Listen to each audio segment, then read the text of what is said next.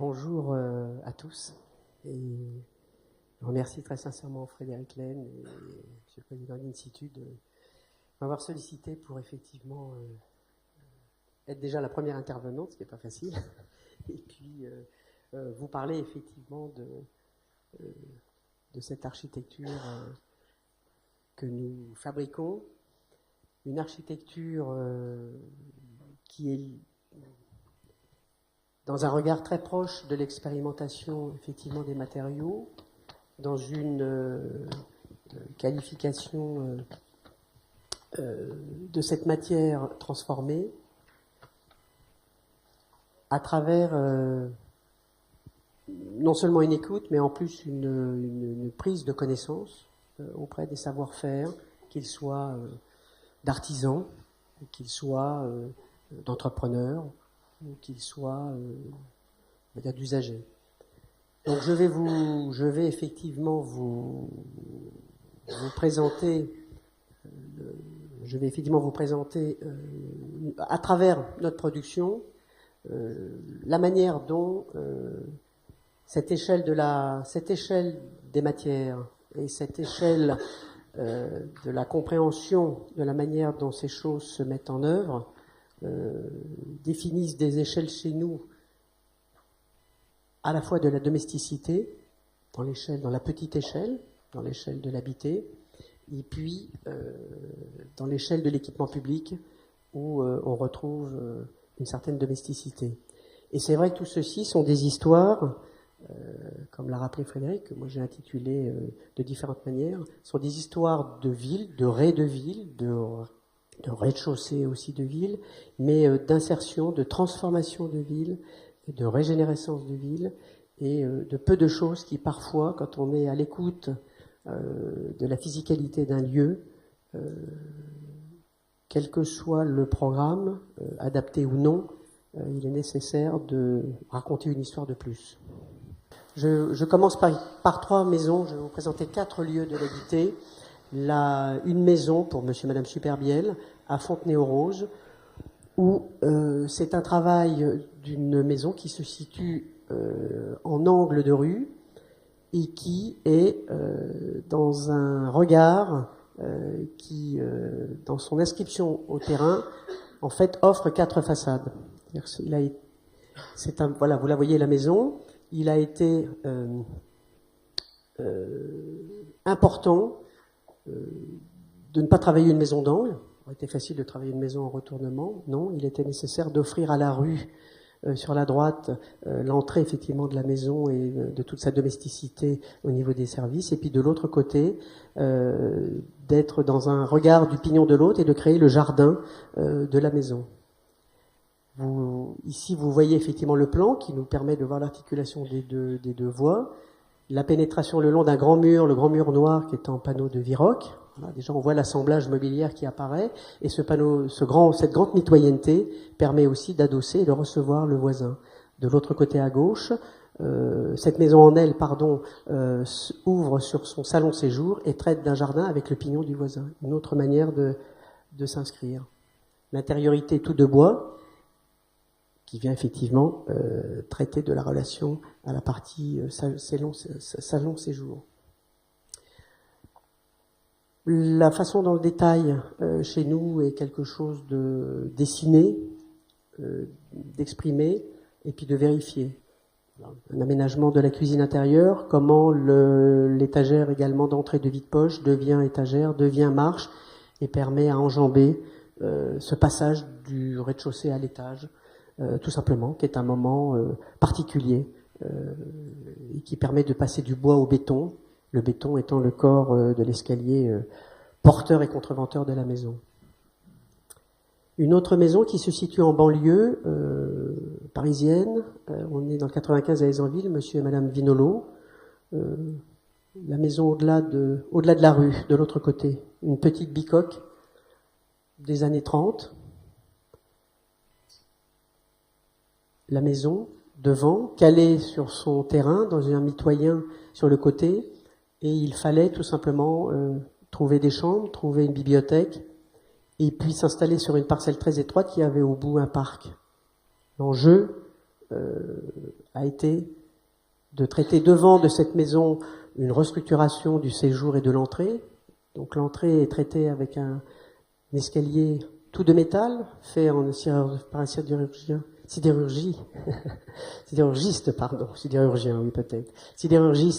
à Longwy, et puis une grande bow window où Madame Villolo, qui est artiste peintre, s'est installée dans ce lieu. C'est intéressant de voir comment l'édicule a été effectivement tout soudé, et il a fallu au millimètre près pouvoir lui faire son ouverture et son entrée. À l'arrière, un grand mobilier se dresse. Il fallait à la fois traiter du mobilier. Pourquoi? Pour avoir un aspect d'abord un peu plus sophistiqué dans l'univers effectivement de cette boîte allongée. J'aime pas trop le terme boîte, mais élément effectivement qui recevait la bibliothèque à l'étage et les chambres, et qui, de par l'ossature bois, nous permettait aussi de construire de façon plus légère et de réaffirmer une mitoyenneté épaisse en regard du parc à l'autre bout. Et puis à l'intérieur, on retrouve ce qu'on aime bien effectivement travailler, c'est qu'est-ce qui se constitue l'ossature. C'est à la fois le triplis qui fait contreventeur, puis à la fois les panneaux de contreplaqué filmés que vous avez vus dehors, et on le réexprime en mobilier à l'intérieur. On reprend la matière même de ce qui a constitué la construction. Je ne suis plus dans les villes, mais je tenais quand même à montrer ceci parce que c'est aussi malgré tout, avec le peu de choses d'une histoire déjà là, et ça ce sont des amis de longue date. Ça fait 30 ans qu'on intervient dans ce corps de ferme, on a travaillé pour les parents, on a fait la maison d'habitation à l'intérieur, on a restructuré un corps de ferme. Ce sont des agriculteurs qui ont un certain nombre d'hectares, et qui au fur et à mesure des générations, c'est la fille qui est revenue à la terre, mais elle n'est pas revenue à la terre au niveau de la culture, elle est revenue à la terre dans un changement d'usage, dans un autre rapport et dans une régénération du lieu. Elle fait des chambres d'hôtes, elle fait des tables d'hôtes, elle travaille dans les vignes, et on a continué l'histoire en créant dans la grange que vous avez à l'autre bout, cuisine, salon, salle à manger, et puis les chambres perchées à l'étage. On a glissé à l'intérieur de l'existant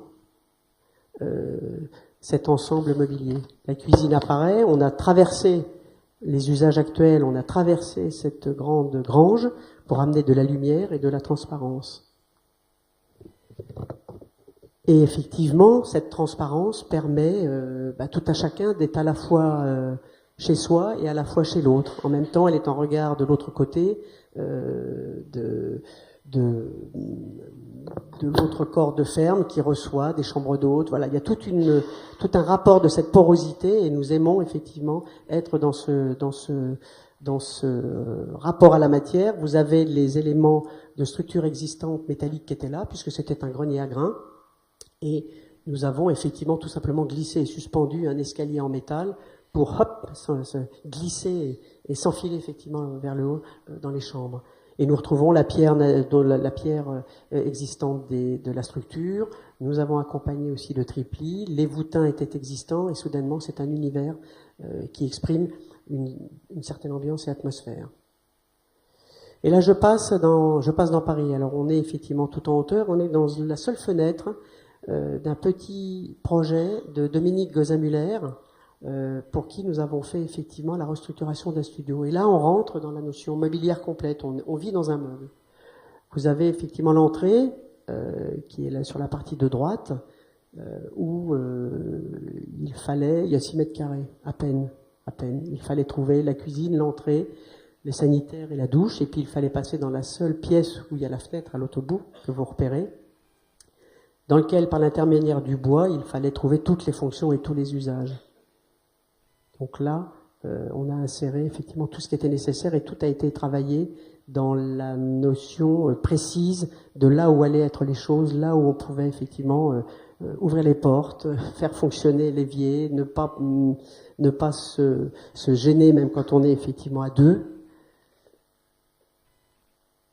Et là, vous avez le travail de la salle de bain qui devient un lieu qu'il faut magnifier, puisqu'il donne sur l'entrée, il donne sur la cuisine.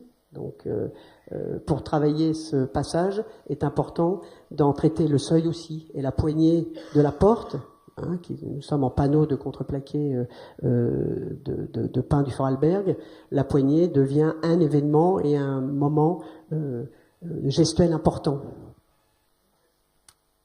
l'aménagement effectivement du salon, les possibilités de travailler sur un bureau qui se déplie, et puis vous allez jusqu'au bout.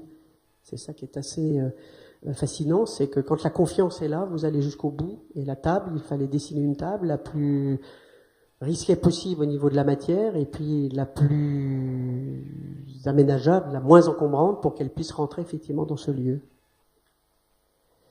Maintenant, je vais effectivement vous parler à travers 3 projets, du rapport entre les matériaux bois, acier, corten, qui est un univers qui nous a emmenés sur 3 projets, et qui là traite effectivement d'état de lieu où la régénération et l'intervention d'un programme certes, mais d'un usage multiple devient l'enjeu d'usages divers et différents.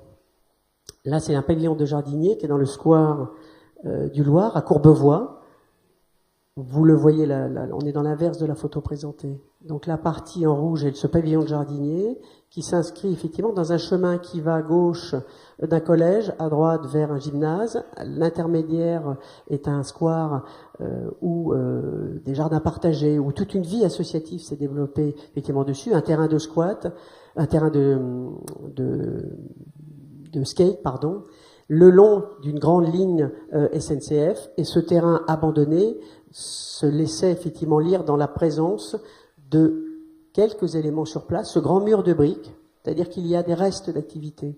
Un taille, le maître d'ouvrage et nous-mêmes étions dans l'idée surtout de le garder, trace de l'histoire, des bornes de trottoirs anciennement déposées restées sur place, et on s'est accroché à tous ces éléments-là. Et là, je suis convaincu que des histoires comme celle-là, c'est une histoire infinie, puisque nous avons utilisé, et je reviens à la photo d'avant, nous avons utilisé des cadres de l'ami bois pour pouvoir enserrer soit les rangements de ces jardiniers, râteliers que l'on peut trouver comme à la campagne, soit effectivement des lieux de vestiaires, de réunions, voilà, pour que les personnes qui viennent effectivement travailler la terre puissent se déshabiller, puissent se retrouver, puissent déjeuner, etc. Tout simplement se glisser le long et accompagner en fait l'histoire précédente. Et donc nous avons tout simplement installé nos cadres et râteliers sur les bornes en granit, et j'ai oublié de dire que devant il y avait une dalle existante d'un hangar qui était là. On a regardé la dalle en béton, on a pris tout ce qui était là pour en traiter une matérialité nouvelle. Vous avez ces ensembles de cadres qui se remplissent en acier corten. Acier corten, l'histoire du temps aussi, une temporalité. Ils sont devenus orange maintenant. Ils participent aussi à la colorimétrie, je dois dire, du territoire. La brique, l'ami bois, le corten. Voilà, vous avez effectivement à gauche les rangements fermés. Vous voyez les cadres posés discrètement avec une petite pointe d'aiguille sur les bornes de granit. Et puis à droite, vous avez ces rangements ouverts dans lesquels vous voyez tous les équipements effectivement jardiniers. Et puis matérialité finale, je veux dire, à la fois ce triplis à l'intérieur, OSB, énoncé d'une autre manière, et puis ce corten. Voilà. Et là, le corten est encore une histoire de paysage. Une histoire de paysage sur la maison de l'étudiant à l'université de Saint-Quentin-en-Yvelines, à Guyancourt. Nous sommes dans le parc de la Source. Le projet est en haut à gauche. Le projet est en haut à gauche, ici, voilà. Il doit accepter une mitoyenneté radicale, puisque la parcelle est celle-ci. Il y a une résidence estudiantine qui est venue là, et nous avions effectivement ce terrain-là, qui ponctuait l'histoire du parc de la Source, sachant que ici ce sont les bâtiments d'enseignement de Grimbach, là c'est la bibliothèque de Ripaud, là ce sont les logements de Dominique Perrault. Donc c'était toute une histoire d'architecture, je dirais, plus que d'architecte, certes, mais qui offrait évidemment un regard absolument privilégié de ce parc de la Source pratiqué par tous les étudiants. Et nous venions ponctuer effectivement cette histoire ponctuée, donc qui est un Redville, bien sûr, et qui vient effectivement à un moment donné à la fois terminer une séquence, mais en même temps des usages, que ce soit celle d'une cafétéria dont les clous, on en parlera après, dont la façade se déploie pour pouvoir laisser l'usage, et puis des clous qui se rabattent le long pour accompagner effectivement la circulation. Et l'enjeu de ce bâtiment, puisque le paysage et la nature est offert à tout le monde, c'était pas nécessaire que ces étudiants, dont le programme est un lieu de bureau d'association, de lieu de convivialité, de cafétéria, il était important que l'idée de la nature et de la lumière percute effectivement l'intérieur de ce bâtiment. Ce bâtiment tout de bois, bâtiment, si nous parlons technique, certification, un des premiers bâtiments tout de bois avec la région Île-de-France, un bâtiment certification HQE, des sondes géothermiques à plus de 100 mètres, pompe à chaleur, voilà, tout un travail précis effectivement là-dessus, et tout un bâtiment tout en ossature bois. L'idée de la réécriture du colombage, voilà, c'est-à-dire qu'on est tous dans la culture de cela, que ce soit ici ou ailleurs, et la manière contemporaine dans la mémoire collective de relier en fait ces histoires. L'histoire de la façade, c'est l'histoire d'un clou de charpentier. Nous sommes tout en bois. L'idée était de montrer aussi que quelque part, ces grands clous qui devaient effectivement être là pour des raisons de brise-soleil, pour des raisons de protection, devaient aussi être l'idée un peu du mouvement et du dynamisme justement de cette histoire ponctuée. Et là, nous voyons très bien la façon dont il se développe, il se déplie pour trouver la terrasse de la cafétéria. La manière dont la présence aussi du détail pour accompagner la vérification et la construction. Un intérieur où le bois reprend toute sa force dans son rapport à la lumière et dans son rapport à la matière. Et puis, la même photo prise après, comment l'occupation et l'usage, la cafétéria a été prise par les étudiants, normal, et le lieu s'est aménagé, et le lieu s'est envahi, et maintenant, il est en pleine possession de ses activités. Le dernier bâtiment en travail sur le Cortel, on pourrait dire presque le premier bâtiment sur le Cortel, qui est le commissariat de sécurité de Clichy, Montfermeil, bâtiment qui se situe ici, et lui dans une histoire, on va dire, renouvelée et qui s'est offert à la ville comme catalyseur de l'ensemble. Ce qui était délicat de mettre un commissariat là où, en 2002, les émeutes de Clichy, nous sommes à 50 mètres du transformateur où les enfants sont décédés. Donc c'était pour nous à l'agence une question un peu fondamentale de se dire mais un commissariat, oui, on comprend qu'il y a une nécessité, mais en même temps, voilà, comment faire en sorte que dans un tissu,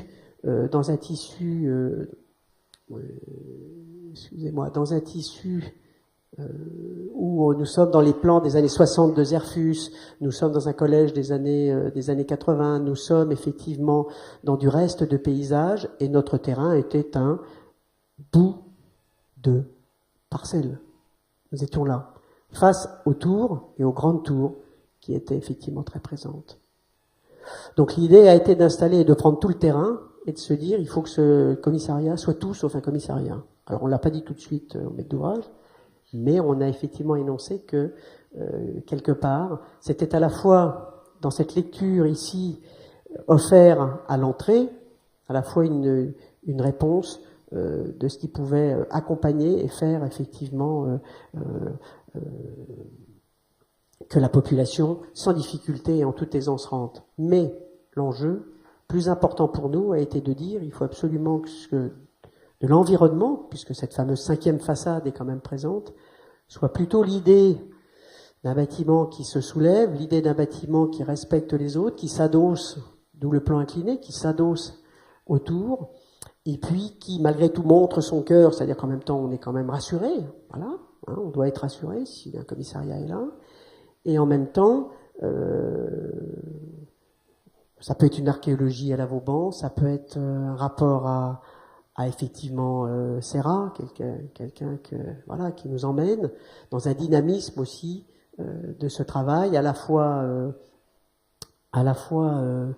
en en tôle pleine, à la fois en tôle perforée, ce rapport entre les deux et à la matière, les éléments que vous avez qui sont tout simplement les dimensions nécessaires et suffisantes pour mettre les panneaux qui ont été soudés entre eux, tous ces éléments-là ne sont ni plus ni moins que les écoulements des eaux. Voilà, pour faire en sorte que... Et ça, faut apprendre le corten, comme il faut apprendre le bois quand on le travaille. On a travaillé avec des chimistes pour comprendre que le corten, il faut savoir le mettre d'une certaine manière et pas d'une autre. Sinon, en 2 mois, un trou se fait à travers et c'est fini. Donc ça aussi, ça a été une expérience assez fabuleuse pour nous. Cette photo-là, elle est plein nord, donc elle est un peu délicate, mais elle est cinétique. Et pourquoi? Parce que le tramway sur lequel nous étions installés au départ vient d'arriver. Et il suit maintenant parfaitement, il est le long, effectivement, du commissariat. Et son arrêt se fait face au commissariat. Donc c'est aussi une histoire qui se régénère au fur et à mesure. Là, c'est ce travail de cinétique, pour vous montrer à chaque fois comment à la fois l'outil informatique ou le dessin vient à l'appui, bien sûr, pour travailler ces ailettes qui ont été fabriquées une par une, pour emmener effectivement cette grande direction et ce grand dynamisme en relation avec le tram. Et puis devant, comment tout d'un coup cette casquette vient traiter de ce raid-ville, où c'est le parking des visiteurs, où ces 2 totems permettent de dissimuler tout en montrant le fonctionnement. C'était important qu'il y ait une porosité, qu'il y ait surtout une transparence de fonctionnement de ce bâtiment. L'intérieur, voilà, ce regard des tours. Voilà, la nuit, c'est la tour qui voit et le jour, c'est eux qui voient. C'est très intéressant. Cette grande carapace, voilà, comme une grande squelette, donc qui est toujours dans l'émotion de l'espace. Et puis, voilà, les photos actuelles. Les logements sont arrivés, parce que sur le plan de départ, il n'y avait rien autour de nous. Les logements sont arrivés, tout en périphérie. Les groupes scolaires sont arrivés, la mosquée est arrivée. Et voilà, tout d'un coup, nous sommes effectivement, à un moment donné, on ne disparaît pas, mais je dirais quelque part, l'architecture est là maintenant. Et même l'ANRU, qui a travaillé énormément sur la périphérie de ce bâtiment, s'est gentiment reculé pour en mettre un stationnement. C'est-à-dire qu'elle aurait pu construire le long de notre bâtiment. Nous, on s'est battus, mais ça a été facile de convaincre que ce plan incliné n'était pas le grand respect du plus. Et donc, de ce fait-là, ils se sont reculés, ils ont traité il y a un lotissement qui est arrivé, ils ont traité leur parking. C'est-à-dire que soudainement, les uns et les autres se respectent dans un travail d'usage et de porosité dont l'usage transforme effectivement la ville. Et moi, je suis convaincu que l'histoire d'un lieu, c'est aussi, c'est une histoire de plus. Et qu'il n'y a pas de programme ou d'objet architectural en soi qu'il faut énoncer. Il y a surtout à trouver dans la présence d'un lieu, qu'est-ce qui peut faire qu'après, il passera effectivement à autre chose. Voilà, tout simplement l'usage de ces lieux. Une photo qu'on aime bien, elle est un peu esthétique, mais elle est quand même assez belle. Et puis ce regard aussi à travers la grande partie métallique, les 100 mètres carrés d'entrée que vous avez vu au début, c'est le 1% artistique qui a été en tôle sablée pour pouvoir tout simplement accompagner et emmener les personnes. Là, nous rentrons dans une autre histoire de ville. On est dans Paris, et là, on rentre dans des lieux historiques, ou chargés d'histoire, on va dire. Là, nous sommes un groupe scolaire et un centre multimédia à Reuilly. Nous avons, ce que vous avez aperçu, c'est le centre multimédia, un bâtiment des années 70 qu'il fallait restructurer en centre multimédia, une école Jules Ferry, un groupe scolaire élémentaire, et puis nous avions à travailler une extension bibliothèque, salle à manger, salle d'informatique, salle d'activité plastique. L'idée de la chose a été de rajouter une pièce de plus à l'échiquier et de se dire que cette architecture un peu d'orgue et de métal qui était effectivement ce centre multimédial, l'architecture de bois devait tout simplement réécrire dans son ensemble une architecture contemporaine. C'est-à-dire ça plus ça plus ça fait un tout. Et en fait, voilà ce qu'il en est. Le bâtiment Jules Ferry, restructuré, un gros auvent qui accompagne. Vous avez vu chez nous que le bois est une chose voilà, qui nous emmène, qui est une architecture à la fois de la massivité et de la légèreté. Et voilà comment, soudainement, toutes ces écritures diverses de différentes époques ont réussi à faire du lien. L'intérieur, les transparences et porosités. Et puis là, on arrive au groupe scolaire d'Anatole France à Saint-Denis, où là, le plan, nous sommes dans un existant complet. Ici, c'est déjà un groupe scolaire de 14 classes. On nous demande, Ici, le terrain est ici, un centre de loisirs qui existe.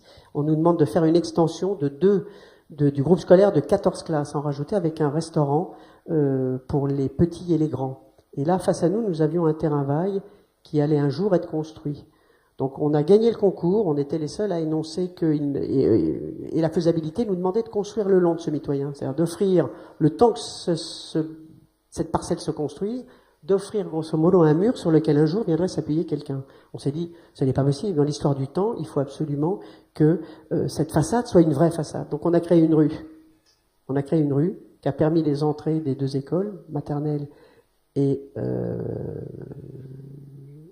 élémentaire, et le restaurant au milieu. D'un côté, l'élémentaire, la maternelle à droite, un grand appareil de briques, c'est-à-dire Jules Ferry, c'est la brique pleine, c'est la masse. On a voulu s'en anoblir. On est parti en briques légères, une peau qui vient à un moment donné, vu les orientations est-ouest, protéger bien sûr, et en même temps donner un rapport de filtre et préserver effectivement la vue tout en l'offrant. Et puis entre deux, une histoire voilà, que nous aimons bien, c'est-à-dire des baliveaux de châtaigniers que vous venez assembler là pour traiter la cour des petits et emmener la forêt à Saint-Denis.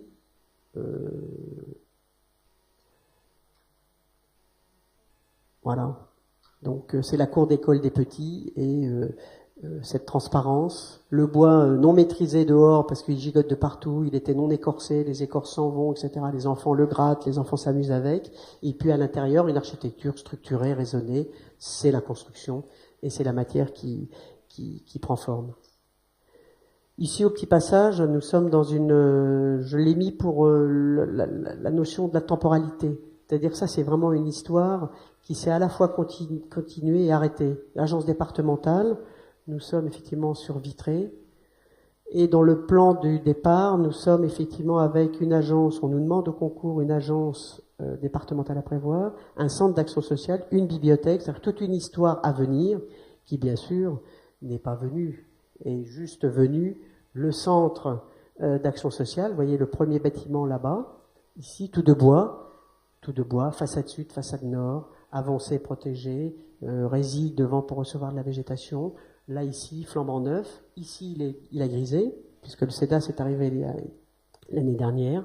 Un bâtiment tout de gris. Un autre qui vient raccrocher les wagons. Une bibliothèque qui s'en va parce que c'est plus dans l'histoire de l'histoire prolongée.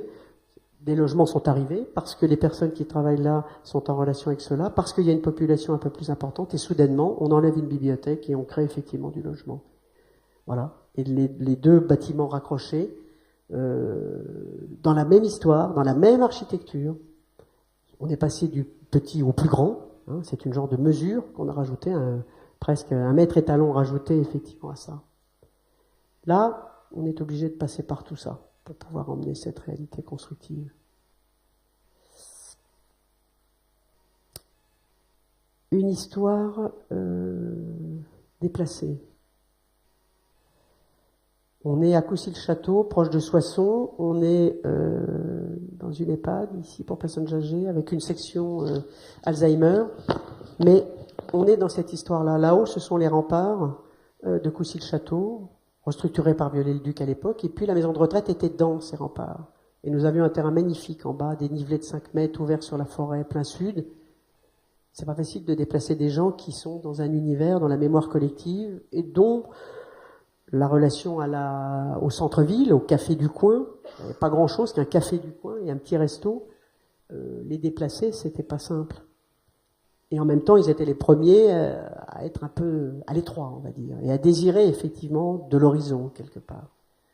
Donc dans ce terrain en contrebas, on a tout simplement traité de la maison de retraite de l'EHPAD en la reculant et en traitant du ray de cette route, qui était la route 19e, où on trouve quelques équipements publics, les écoles, casernes de pompiers, etc. Et nous, on s'est installé loin de cette route pour que la marche de la personne, puisque ces gens sont quand même valides et peuvent retourner et se promener à travers le coteau à Coucy, on voulait absolument qu'il y ait un travail de seuil et que de côté la maison se recule pour tout simplement réapercevoir d'où elle vient.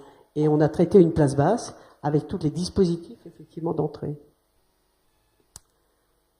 On aperçoit voilà la relation effectivement entre le rempart, petit lotissement, et comment soudainement l'EHPAD vient s'installer sur un grand soclage et libère 2 niveaux de chambres, toutes effectivement en bois également, avec de grandes résilles bois, et qui vient installer une nouvelle histoire. Voilà, quand on descend de la ville, voilà, on arrive sur cette séquence, on arrive sur dispositif de parking, dispositif d'entrée, l'ascenseur pour descendre, et le creux, cette place basse, où bien sûr se trouve tout ce qui est salon, salle à manger, et puis les 2 niveaux de chambre, l'un ouvert sur la ville et l'autre ouvert sur le nord. Un grand tapis de bois à droite qui reçoit, et des bancs pour s'asseoir, avant de rentrer effectivement chez soi. Voilà, ce lien avec j'aime bien cette photo pour voir comment on passe de la matière brute à la matière travaillée, et comment cet esprit, malgré tout, de la forêt qui est plus loin, se retrouve aussi ici entassé, d'une certaine manière, et au regard, effectivement, des uns et des autres. L'outil de la maquette, important pour aller vérifier ce que vous fabriquez, essentiel pour nous à l'agence. Un grand porte-à-faux qui tire et qui délivre tout simplement les passages nécessaires pour tout ce qui est cuisine, arrivée de livraison, etc. Voilà. Et vu la capacité de la parcelle, il fallait qu'on enclenche ce porte-à-faux pour se retrouver de la surface à rez-de-chaussée. Et quelques lieux de loggia pour les personnes qui, effectivement, après le repas, viennent un peu se détendre. Nous revenons dans Paris, où là, c'est une histoire... je dirais même adapté et renouvelé. Il y a plusieurs possibilités effectivement de l'énoncer.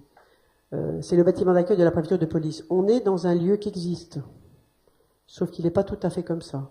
Il a été pollué au fur et à mesure par des ateliers, c'était tout ce qui était les tripailles techniques, ateliers de serrurerie, tout ça était, parce qu'avant c'était le passage de la cavalerie, qui mettait en lien la place Lutèce, la place qui donne devant le palais de justice, devant la chambre de commerce, devant l'Hôtel-Dieu, un lieu magique pour nous. Et en fait, l'entrée préalable de la préfecture était là-bas plus loin, dans sa grande porte classique. La préfecture désirait rentrer ici pour des raisons de fonctionnement interne. Donc on est entre l'hôtel du préfet et la préfecture de police. Une façade qui se retourne la même à l'intérieur. C'est une façade noble à l'intérieur. Côté hôtel du préfet, c'est un pignon. Donc nous avons tout simplement libéré le sol, parce qu'en dessous, il y a de l'archéologie, il y a l'église Saint-Éloi, il y a les cimetières et toutes les personnes qui vont avec, donc il fallait par 2 petits points arriver à respecter ce qui était en dessous, mais en même temps, il fallait aussi supporter 16 tonnes de groupe électrogène au dernier niveau et le PC de sécurité. Un programme nouveau qui arrive, donc qui transforme l'histoire. En même temps, on ne fait que revenir à l'histoire précédente. Un accueil, c'est des gens qui passent, beaucoup de gens. Donc on est libéré, on est revenu dans la porosité et la transparence. Et puis là-haut, on a mis 34 de bois.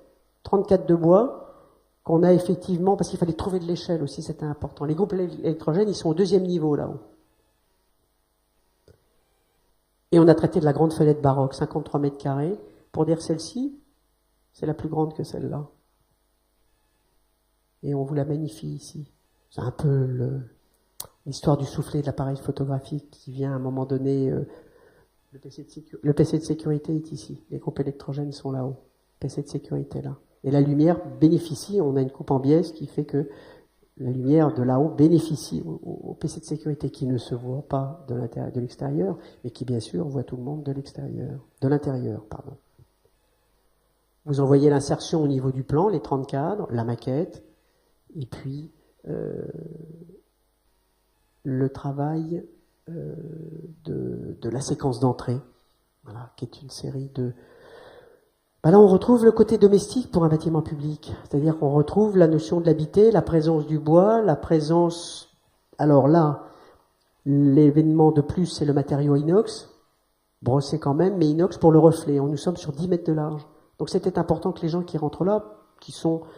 Voilà, pour des papiers, pour toujours des visas, des demandes d'asile, enfin, pour des difficultés, on va dire, de personnel, qu'à un moment donné, il y ait effectivement, à la fois par la lumière, à la fois par la profondeur, et puis à la fois par ce reflet, une dilatation spatiale. Et puis, savoir traiter le moment où on peut, après avoir passé tous les tourniquets de vérification, on peut s'asseoir, on peut rester debout, on peut, voilà, et être dirigé vers la cour à l'intérieur de la préfecture. On revient pas loin d'ici au Havre, qui a été un de nos projets pour nous passionnant, une échelle encore différente, une grande échelle, et puis une affaire d'État, de palais de justice et hôtel de police ensemble. Ils ont pas recommencé. Hein. Ça s'est fait qu'une fois, expérimentation toujours. Donc ça s'est fait une fois pour que c'était l'époque où en fait, quand les mineurs se faisaient attraper, c'était simple, on a un chemin derrière, bien traité, je vous rassure, mais qui permet d'emmener les mineurs tout de suite en jugement. Bon, ça, voilà. Ça a été une fois et pas deux.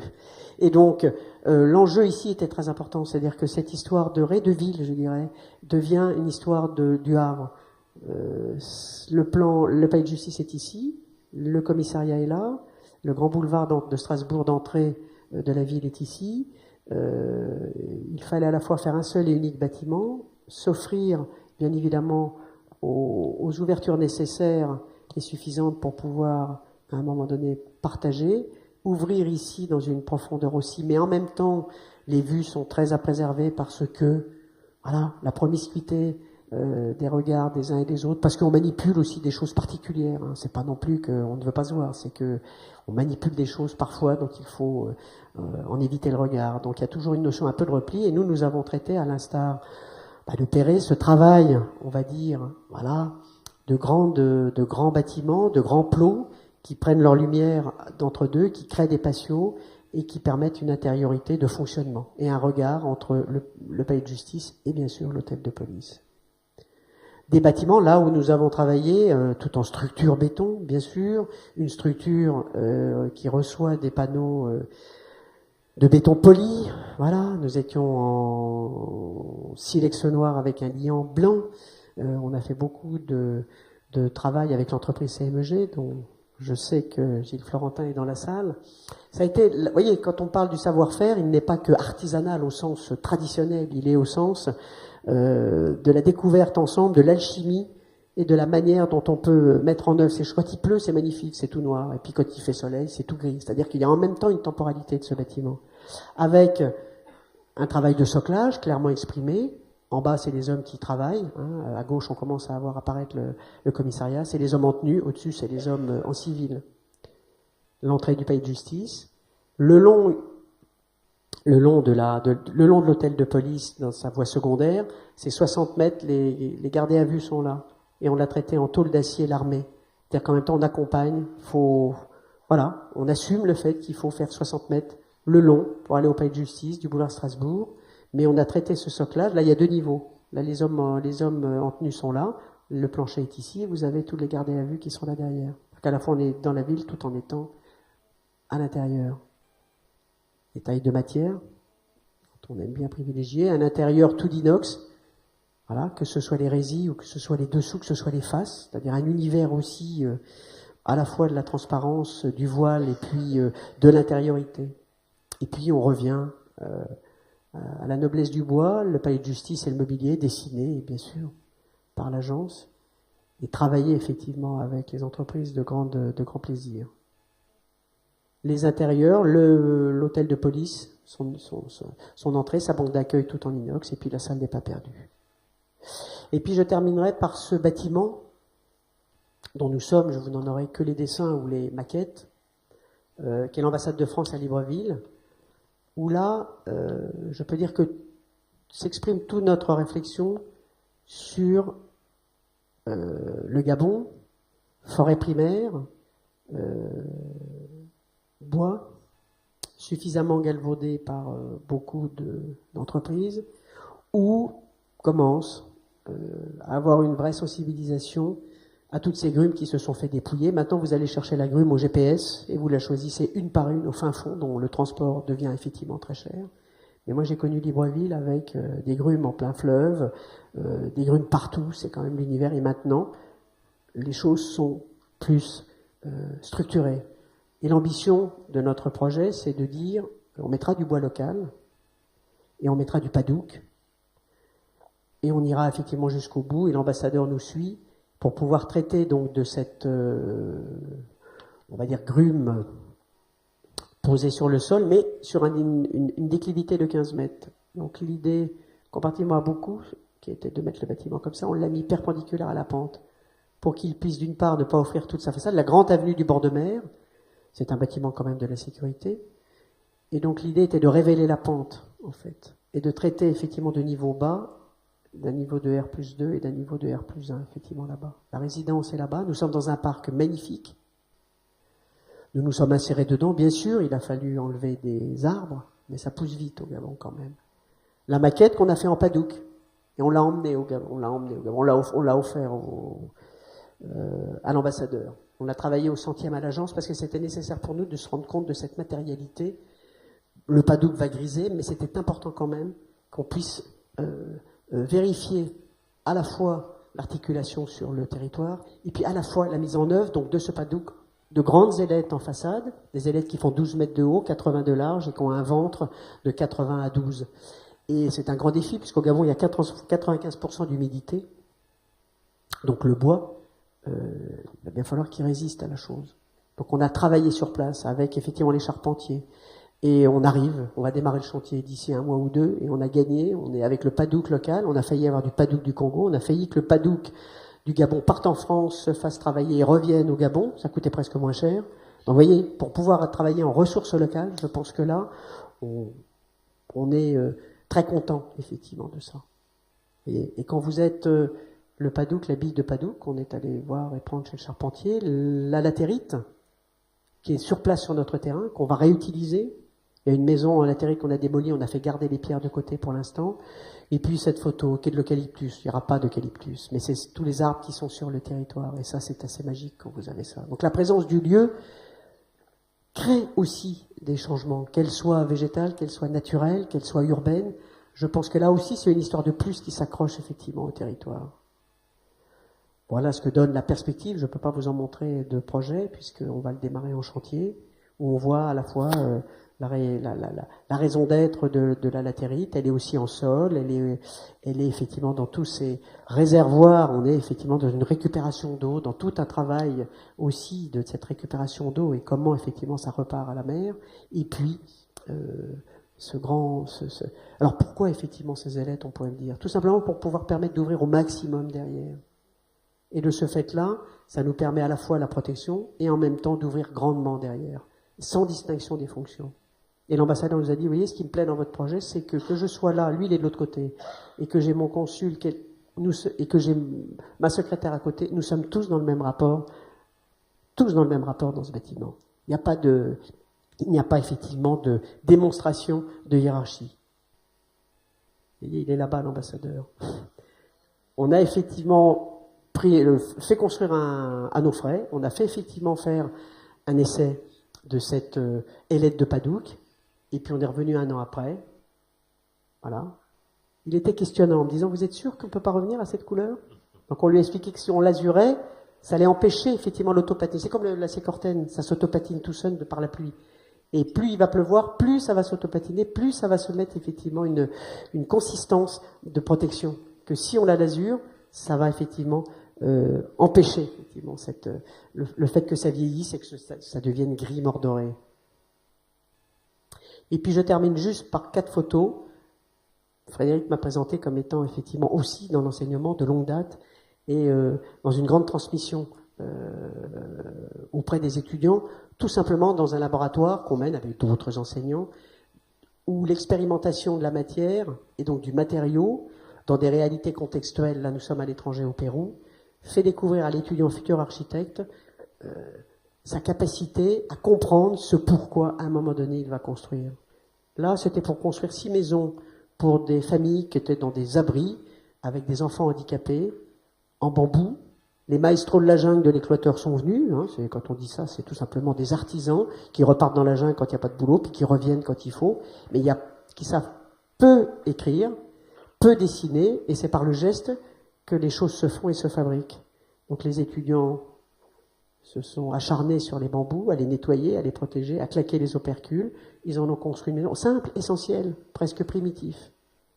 Mais un étage. Il n'y avait pas d'étage dans toute la ville. Et ça, même pour les handicapés, c'était surtout une façon d'appréhender la trois dimensions. Et le dernier projet, qui vient d'un étudiant que j'ai eu, il vient d'être, il y a 3 jours, finaliste du FIBRA Awards, prix mondial d'architecture. Et je suis très contente pour lui. Il est allé aux Philippines. Il a effectivement travaillé tout un village. C'est lui qui a construit, avec d'autres de nos étudiants, il a construit une recyclerie. Vous voyez, il prend, les enfants là-bas ne vivent que de récupération des sacs plastiques et des parapluies qu'ils trouvent. Donc là, c'était la petite anecdote, il en a fait des voiles, mais il a surtout fait une recyclerie où il a tricoté des lamelles de plastique pour pouvoir protéger ses façades et construit effectivement avec le bambou, avec les feuilles de palmier, avec effectivement des bambous éclatés ou des bambous pleins. Voilà, et je voulais terminer sur cette photo-là pour dire que l'enjeu aussi de ces histoires d'autres humanités, là où il y a la nécessité d'exercer notre métier, je pense que quand ils découvrent cela, je pense qu'ils sont dans un autre rapport à l'architecture. Voilà. Merci beaucoup.